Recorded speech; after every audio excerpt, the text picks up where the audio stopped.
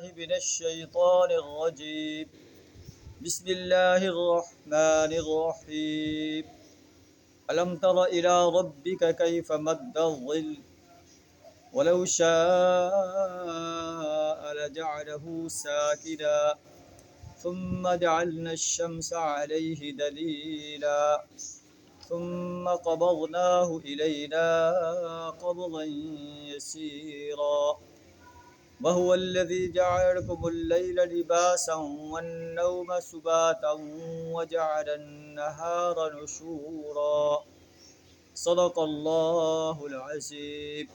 سورہ الفرقان آیت نمبر 45 تا 47 آپ کے سامنے تلاوت کی ہیں۔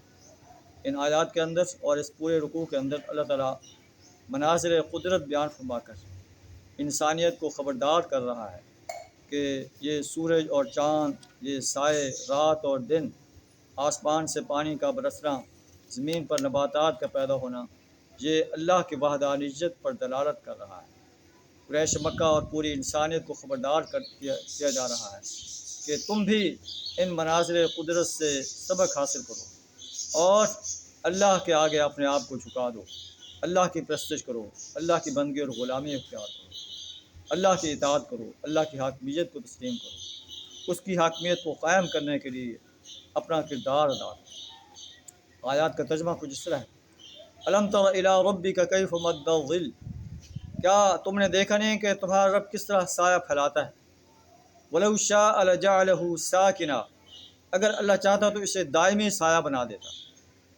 ثم جعلنا الشمس علیہ دلیلا، ہم نے سورج کو اس پر دلیل بنایا، پھر جیسے جیسے سورج بڑھتا چلا جاتا ہے، اٹھتا چلا جاتا ہے، ثم قبضناہ الینا قبضا یسیرا، ہم اس سائے کو رفتہ رفتہ اپنی طرف سمیٹتے چلے جاتے ہیں۔ یہ اللہ کی قدرت کا نشان ہے، اللہ کی وحدانیت کا نشان ہے۔ اسی طرح اس میں ایک لطیف اشارہ ہے کہ جہالت کا سایہ جو ہے ایسا ایسا گھٹتا چلا جائے گا اور جو ہے اسلام کا سایہ بڑھتا چلا جائے گا، اور ایک وقت ایسا آ جائے گا کہ اسلام جو ہے عرب پر اور پھر پوری دنیا پر غالب آ جائے گا۔ یہ اہل ایمان کو تسلی دی جا رہی ہے۔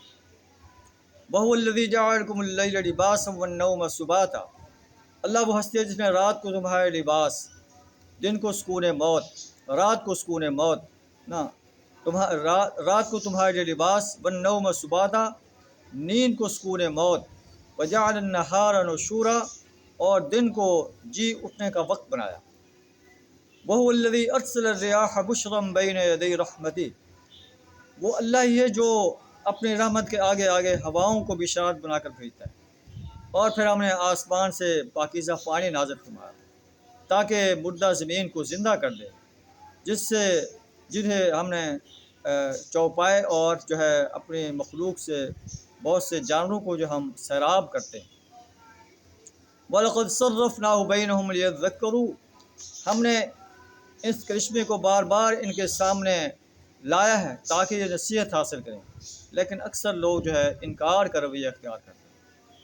اگر ہم چاہتے تو ہر بستی کے اندر ایک نذیر بھیج دیتے، لیکن ہم نے جو ہے ایک مرکزی بستی کے اندر اپنے رسول کو بھیجا ہے۔ اے نبی صلی اللہ علیہ وسلم، آپ کافروں کی بات نہ مانیں، وجاہدہم بہ جہادا کبیرا، اور اس قرآن کو لے کر ان کے ساتھ جہاد کبیر کریں، قرآن کے ساتھ انسانیت کو خبردار کریں۔ جو لوگ آپ کی دعوت کو قبول کرتے ہیں انہیں بشارت دے دیں، اور انسانیت کو قرآن کی دعوت لے کر انہیں اللہ کی وحدانیت کی طرف لے آئیں، اپنے رسالت کی طرف لے آئیں، اور یوم حساب کی طرف لے آئیں۔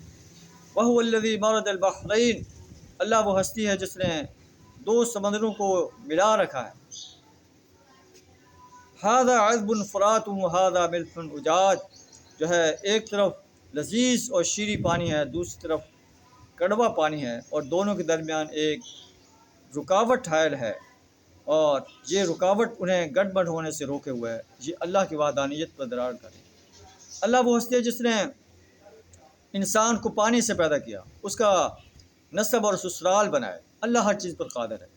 ان تمام نشانیوں کو دیکھنے کے باوجود بھی لوگ اللہ کو چھوڑ کر ان چیزوں کی عبادت کرتے ہیں، ان بتوں کی عبادت کرتے ہیں، ان پتھروں کی عبادت کرتے ہیں، ان فرشتوں کی عبادت کرتے ہیں، ان انبیاء کی، ان صلحاء کی، ان شہداء کی بات کرتے ہیں، ان انسانوں کے آستانوں پر جا کر ان کے سامنے اپنی حاجات پیش کرتے ہیں، لا ينفعهم ولا يضرهم، جو انہیں نہ نفع دے سکتے ہیں نہ نقصان دے سکتے ہیں۔ وَكَانَ الْكَافِرُ عَلَىٰ رَبِّهِ ظَهِيرًا، کافر اپنے رب کے مقابلے میں ہر باغی کا مددگار بنا ہوا ہے۔ اللہ سے دعا ہمیں ان مناظر قدرت سے توحید اور رسالت کا صحیح شعور عطا فرمائے، یوم حساب پر پختہ یقین رکھنے کی توفیق عطا فرمائے۔ وآخر دعوانا الحمد للہ رب العالمین۔